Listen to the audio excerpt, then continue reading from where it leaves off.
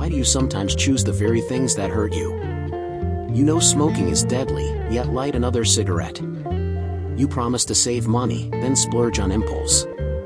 You swear to leave a toxic relationship, but stay. These aren't just mistakes, they're paradoxes of human nature. Philosopher Arthur Schopenhauer wrote, "The will is blind, and reason is its mere servant." His words suggest our deepest drives often ignore logic, leading us to self-destruction.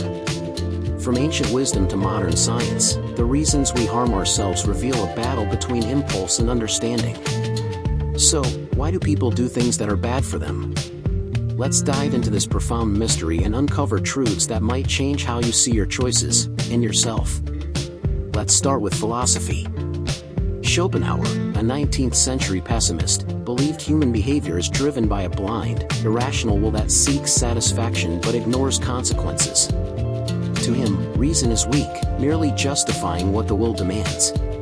Picture someone scrolling social media for hours, knowing it fuels anxiety. Schopenhauer would say their will craves distraction, and reason bows to it. But is this inevitable? Can we ever tame the will, or are we doomed to chase harmful desires? Plato, centuries earlier, offered a different view. In the Republic, he described the soul as a chariot pulled by two horses, reason and appetite. Reason seeks wisdom, but appetite craves instant pleasure.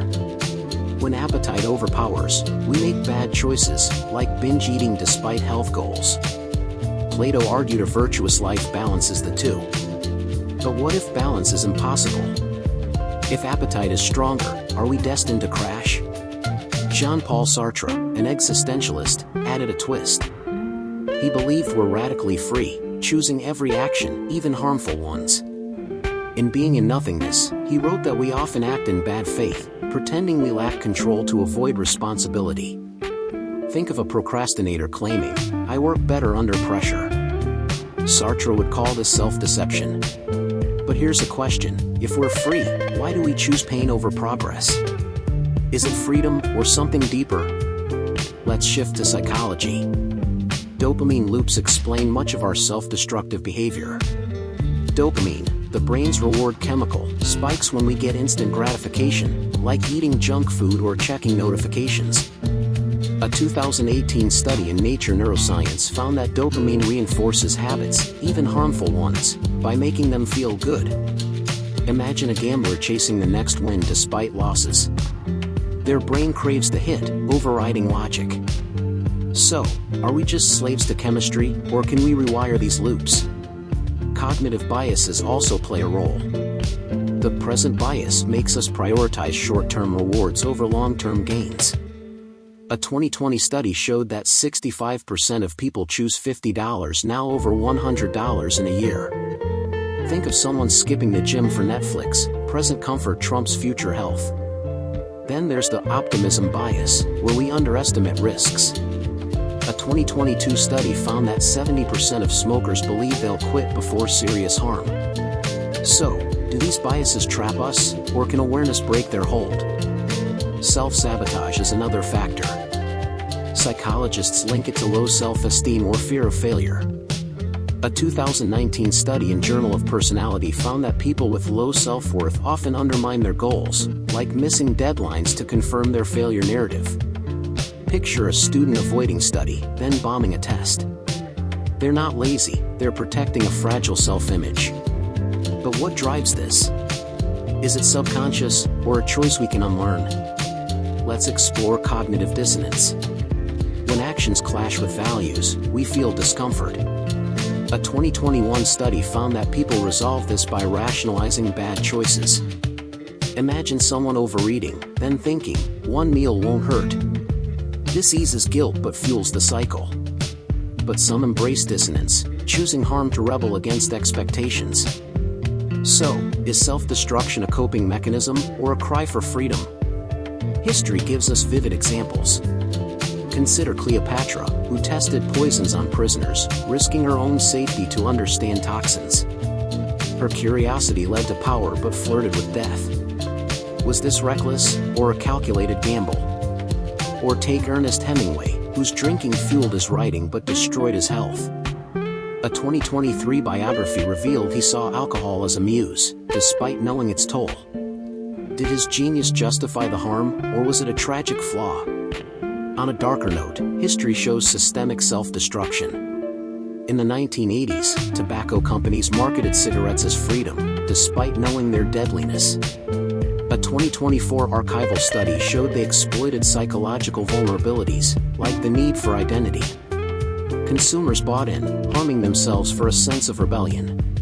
Today, vaping follows suit, teens chase trends, ignoring long risks. So, is self-harm personal, or are we manipulated by larger forces? Let's zoom out to society.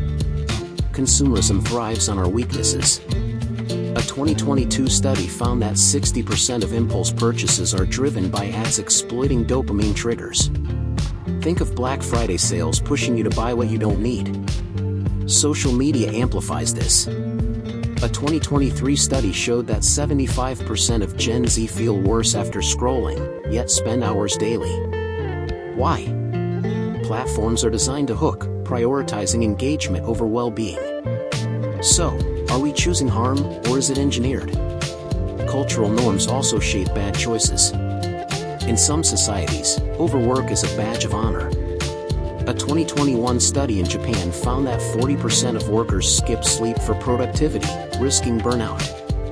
In the US, diet culture pushes extreme weight loss. A 2024 study linked crash diets to 50% higher rates of disordered eating. These norms frame harm as virtue.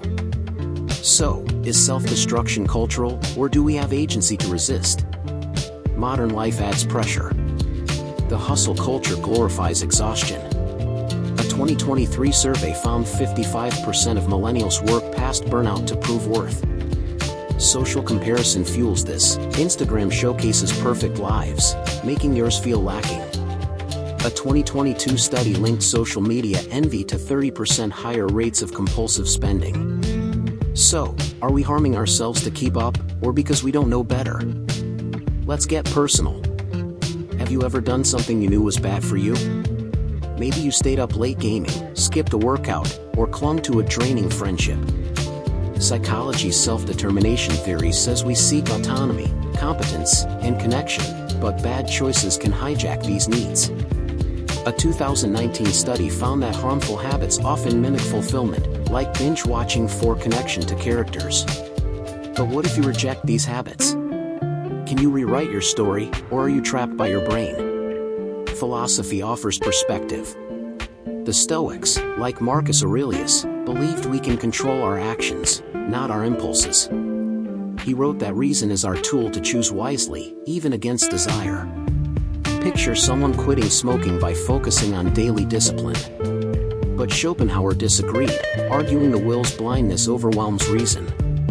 And Sartre's freedom comes with a catch. Choosing harm is still a choice, but it's heavy. So, is self-destruction inevitable, or a challenge we can conquer? Let's dig deeper with psychology. Attachment theory suggests early experiences shape risky behavior. A 2020 study found that insecurely attached individuals are 35% more likely to engage in self-harm, like substance abuse, seeking comfort. Think of someone drinking to numb childhood pain. Then there's the default mode network in the brain, which fuels overthinking. A 2021 study linked excessive rumination to 40% higher rates of procrastination. So, are our bad choices wired from birth, or can we relearn? Let's pause and reflect. Have you ever felt stuck in a cycle of bad decisions? Maybe you've promised to change but slipped back. Psychology shows learned helplessness can trap us when efforts fail. A 2020 study found that reframing failures as lessons cuts helplessness by 25%. Imagine a eater who slips but focuses on one healthy meal. That shift sparks hope. But what if the cycle feels unbreakable? Is it your brain, society, or something deeper? Let's tie this to today's world. From fast food to doom scrolling, temptations are everywhere. Philosophy warns us of blind desires, Schopenhauer's will, Plato's appetite. Psychology reveals our wiring, dopamine, biases, self-sabotage. History and society show we're shaped by forces beyond us, from ads to norms. But Sartre reminds us, every choice is yours. The difference isn't in avoiding bad choices, it's in understanding why you make them. A wise person questions, learns, and grows, even through harm. So, why do people do things that are bad for them? It's a tangle of blind impulses, flawed wiring, and societal traps, but also freedom. Schopenhauer saw reckless will, Plato a divided soul, and Sartre a choice to face. Psychology shows we're driven by rewards, biases, and pain, yet capable of change. The real question isn't why do you harm yourself? It's what will you choose next? That answer shapes who you become. If you're watching this, you're someone who dares to face life's contradictions. That's powerful. Don't let guilt or habit dim your curiosity. Philosophy and psychology show us self-destruction is human, but so is growth. Share your story. What bad choice have you faced, and what did it teach you? Drop a comment and let's connect. Like if this hit home, and subscribe to Cognitive Cosmos for weekly dives into the questions that define us. Keep questioning, and keep choosing.